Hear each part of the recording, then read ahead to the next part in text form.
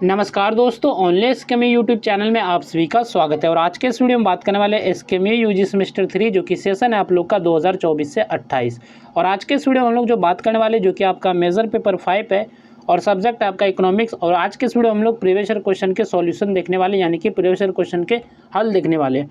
और ये जो क्वेश्चन पेपर है आपका सेमेस्टर 3 जो कि सेशन 2022 से 26 में पूछा गया पेपर है MJ5 इकोनॉमिक्स का। तो इसमें जो प्रश्न जो आपके थे दो ग्रुप में, ग्रुप ए और ग्रुप बी में। ग्रुप ए में आपका वेरी शॉर्ट क्वेश्चन था और शॉर्ट क्वेश्चन था, और ग्रुप बी में जो था आपके लॉन्ग क्वेश्चन थे। सबसे पहला जो क्वेश्चन 1 का ए नंबर, हु गिव्स द, यहाँ पर क्वेश्चन थोड़ा सा ऊपर चल गया, यहाँ पर क्वेश्चन है A number, who gives the comparative cost advantage theory of international trade. तो अंतर्राष्ट्रीय व्यापार का तुलनात्मक लागत लाभ के सिद्धांत का प्रतिपादन किसने किया। यानी कि ये जो आपका है अंतर्राष्ट्रीय व्यापार का तुलनात्मक लागत लाभ जो सिद्धांत है, यह जो है किसने दिया था, ये किसने प्रस्तुत किया था। तो इसका उत्तर है यहाँ पर अंतर्राष्ट्रीय व्यापार के तुलनात्मक लागत लाभ सिद्धांत का प्रतिपादन जो है प्रसिद्ध अंग्रेज अर्थशास्त्री डेविड रिकार्डो ने किया। यानी कि यह जो सिद्धांत है डेविड रिकार्डो ने दिया, तुलनात्मक लागत लाभ का सिद्धांत। ठीक है, उन्होंने बताया कि देश जो है तुलनात्मक लागत के आधार पर व्यापार करके लाभ प्राप्त करते हैं। यानी कि देश जो कोई भी देश हो तुलनात्मक लागत से जो यानी कि कॉम्परेटिव कॉस्ट पे जो है आधार पे बिजनेस करके जो है लाभ प्राप्त करते हैं। और यह जो सिद्धांत है किसने दिया था, तो आप लोग फिर से एक बार रिवाइज कर लीजिए, डेविड रिकार्डो ने। और उन्होंने बताया कि हर देश जो है वही वस्तु बनाए जिसमें उसकी तुलनात्मक लागत कम हो, यानी कि वही प्रोडक्ट बनाए जिसमें कि उसकी लागत कम हो, और इससे जो होगा कि सभी देशों को व्यापार से लाभ मिलता है। ठीक है, नेक्स्ट आपका क्वेश्चन है question number B, the rule of comparative advantage of Ricardo's depends on which principle. तो रिकार्डो का जो तुलनात्मक लाभ का नियम किस सिद्धांत पर आधारित था, यानी कि किस सिद्धांत पर निर्भर करता था, तो निर्भर करता है। तो रिकार्डो का जो तुलनात्मक लाभ का नियम जो है तुलनात्मक लागत सिद्धांत पर निर्भर करता है। यानी कि किस पे निर्भर करता है, तो तुलनात्मक लागत सिद्धांत पर, यानी कि principle of comparative cost per. और इसी सिद्धांत के आधार पर जो है देश अंतर्राष्ट्रीय व्यापार से पारस्परिक लाभ प्राप्त करते हैं। यानी कि देश जो है अंतर्राष्ट्रीय व्यापार से ज़्यादातर लाभ प्राप्त करते हैं। तो रिकार्डो का जो नियम है तुलनात्मक लागत सिद्धांत पर आधारित है, और इसका जो अर्थ है कि किसी देश को वही वस्तु बनानी चाहिए जिसे वह दूसरे देशों की तुलना में कम और जो है अवसर लागत पर बना सके, यानी कि कम से कम लागत पे बना जा सके। तो यही चीज़ आपका है। ठीक है, इसके बाद नेक्स्ट टाइप का क्वेश्चन है, according to Heckscher Ohlin what is the main reason for the difference in relative community prices and trade. तो हेक्सलर ओवलिन के अनुसार जो है सापेक्ष वस्तु कीमतों और व्यापार में अंतर का मुख्य कारण क्या है। तो हेक्सलर ओवलिन के अनुसार उत्पादन के साधनों यानी कि श्रम, पूंजी आदि की उपलब्धता में अंतर ही सापेक्ष वस्तु कीमतों तथा अंतर्राष्ट्रीय व्यापार का जो मुख्य कारण है। तो हेक्सलर ओवलिन के जो अनुसार है कि हर देश में जो श्रम, पूंजी और जो प्राकृतिक संसाधनों की जो मात्रा होती है अलग अलग होती है, और इसी कारण जो है वस्तुओं की लागत और कीमत जो है अलग अलग होती है, जिससे देशों के बीच जो व्यापार होता है, देशों के बीच जो बिजनेसेस होता है। ठीक है, नेक्स्ट आपका क्वेश्चन है question number D, in which year the world trade organization was stabilized. तो विश्व व्यापार संगठन की स्थापना कब हुई। तो विश्व व्यापार संगठन यानी कि वर्ल्ड ट्रेड ऑर्गेनाइजेशन की स्थापना जो है 1 जनवरी 1995 को हुई। तो कब हुई, तो 1 जनवरी 1995 को। इसने जो है गेट का स्थान लिया तथा अंतर्राष्ट्रीय व्यापार को व्यवस्थित तथा प्रोत्साहित करने का कार्य करता है। तो ये क्या करता है, तो ये जो है अंतर्राष्ट्रीय व्यापार को व्यवस्थित करता है और जो प्रोत्साहित करता है।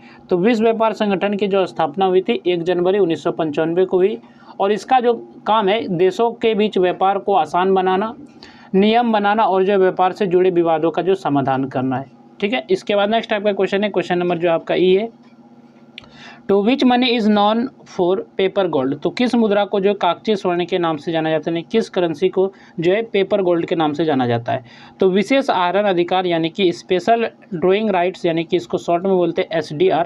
तो विशेष आहरण अधिकार को जो है कागजी स्वर्ण कहा जाता है, यानी कि SDR को जो है पेपर गोल्ड कहा जाता है। और इसे जो है अंतर्राष्ट्रीय मुद्रा कोष यानी कि IMF ने सदस्य देशों की आरक्षित मुद्रा सहायता के लिए बनाया है।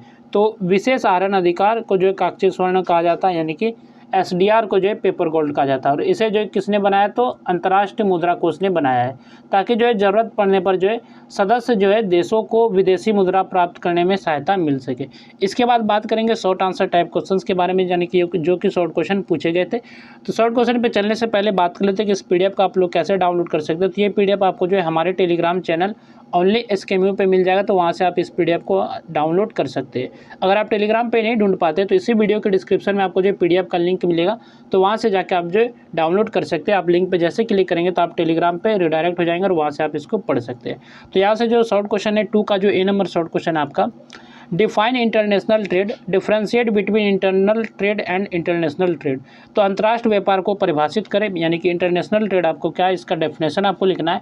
फिर जो आंतरिक व्यापार एवं अंतर्राष्ट्रीय व्यापार में अंतर स्पष्ट करें, यानी कि आंतरिक व्यापार और अंतर्राष्ट्रीय व्यापार में क्या अंतर है जिसके बारे में आपको बताना है। तो अंतर्राष्ट्रीय व्यापार यानी कि वह व्यापार जिसमें 2 या 2 से अधिक देशों के बीच जो है वस्तुओं तथा सेवाओं का जो क्रय विक्रय किया जाता है। तो 2 से अधिक देशों के बीच जो वस्तुओं का क्या किया जाता है, तो क्रय विक्रय किया जाता है। तो ये आपका अंतर्राष्ट्रीय व्यापार यानी कि इंटरनेशनल ट्रेड है।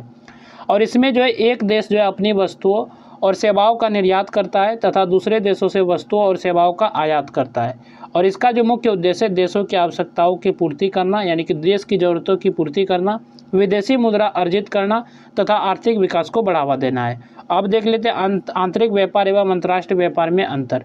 तो व्यापार का क्षेत्र के आधार पर देखा जाए तो आंतरिक व्यापार जो है एक ही देश की सीमा के भीतर होता है, जबकि अंतर्राष्ट्रीय व्यापार जो है दो या अधिक देशों के बीच होता है। यानी कि जो आपका आंतरिक व्यापार है वो सिर्फ एक देश में ही होगा और जो आपका अंतर्राष्ट्रीय व्यापार वो 2 से या फिर 2 से अधिक देशों के बीच होता है। ठीक है। दूसरा आपका मुद्रा, आंतरिक व्यापार में जो एक ही देश की मुद्रा का उपयोग होता है, यानी कि आंतरिक व्यापार जो होता है तो इसमें यानी कि इंटरनल जो ट्रेड होता है इसमें एक ही करेंसी का यूज होता है। लेकिन जबकि अंतर्राष्ट्रीय व्यापार में जो विदेशी मुद्रा और विनिमय दर का महत्व होता है, जबकि अंतर्राष्ट्रीय व्यापार में जो है विदेशी मुद्रा और विनिमय दर का जो है महत्व होता है, खास महत्व होता है। इसके बाद आपका देखें तो सरकारी नियम, तो आंतरिक व्यापार में जो नियम जो होते हैं सरल होते हैं, जबकि अंतर्राष्ट्रीय व्यापार में सीमा शुल्क, आयात निर्यात नीति तथा अंतर्राष्ट्रीय नियमों का पालन करना पड़ता है। तो सरकारी नियम देखा जाए तो आंतरिक व्यापार में बहुत ही नियम जो सरल होते हैं, लेकिन वही अंतर्राष्ट्रीय जो व्यापार होते हैं इसमें सीमा शुल्क, आयात निर्यात की नीति और अंतर्राष्ट्रीय नियमों का पालन करना पड़ता है। इसके बाद परिवहन लागत, तो आंतरिक व्यापार में परिवहन लागत जो है कम होती है, जबकि अंतर्राष्ट्रीय व्यापार में दूरी अधिक होने के कारण लागत अधिक होती है। तो अंतर्राष्ट्रीय व्यापार में जो दूरी अधिक होने के कारण यानी कि एक देश से दूसरे देश में सामान मंगाने में जो है इसमें ज़्यादा अधिक परिवहन खर्च आता है। ठीक है। इसके बाद है आपका उद्देश्य देख लेते हैं। तो आंतरिक व्यापार का जो उद्देश्य है देश के भीतर वस्तुओं का वितरण करना है, जबकि अंतर्राष्ट्रीय व्यापार का जो उद्देश्य है इसका ऑब्जेक्टिव है विदेशी व्यापार का विस्तार, विदेशी मुद्रा अर्जित करना तथा आर्थिक विकास करना है। तो ऑब्जेक्टिव की बात करें तो इंटरनल ट्रेड यानी कि आंतरिक व्यापार जो है ये सिर्फ जो है अपने भीतर देश के भीतर ही वस्तुओं को जो है मतलब वितरण करता है, डिस्ट्रीब्यूट करता है। जबकि जो आपका इंटरनेशनल ट्रेड है ये जो है अलग देशों में जाके जो अपने मतलब व्यापार करता है, विदेशों में व्यापार करता है। ठीक है। इसके बाद नेक्स्ट जो यहाँ पर क्वेश्चन है, क्वेश्चन नंबर बी, जो कि शॉर्ट क्वेश्चन ये, डिफाइन द डिवैल्यूएशन यानी कि अवमूल्यन को परिभाषित करें। तो मुद्रा का अवमूल्यन जो है वह स्थिति है जिसमें किसी देश की सरकार या केंद्रीय बैंक जानबूझकर अपनी मुद्रा के मूल्यों को विदेशी मुद्राओं की तुलना में कम कर देता है। और यह कदम जो सामान्यतः निश्चित विनिमय दर प्रणाली में उठाया जाता है। और अवमूल्यन का मुख्य उद्देश्य निर्यात को बढ़ाना, आयात को कम करना तथा भुगतान संतुलन के घाटे को सुधारना होता है। जब किसी देश की मुद्रा का मूल्य घटता है तब उस देश की वस्तुएं विदेशी बाजारों में सस्ती हो जाती है। इससे विदेशी खरीदार जो अधिक वस्तुएं खरीदते हैं और निर्यात बढ़ता है। और दूसरी ओर जो है विदेशी वस्तुएं महंगी हो जाती है, जिससे आयात कम होने लगता है और इससे देश में विदेशी मुद्रा की बचत होती है।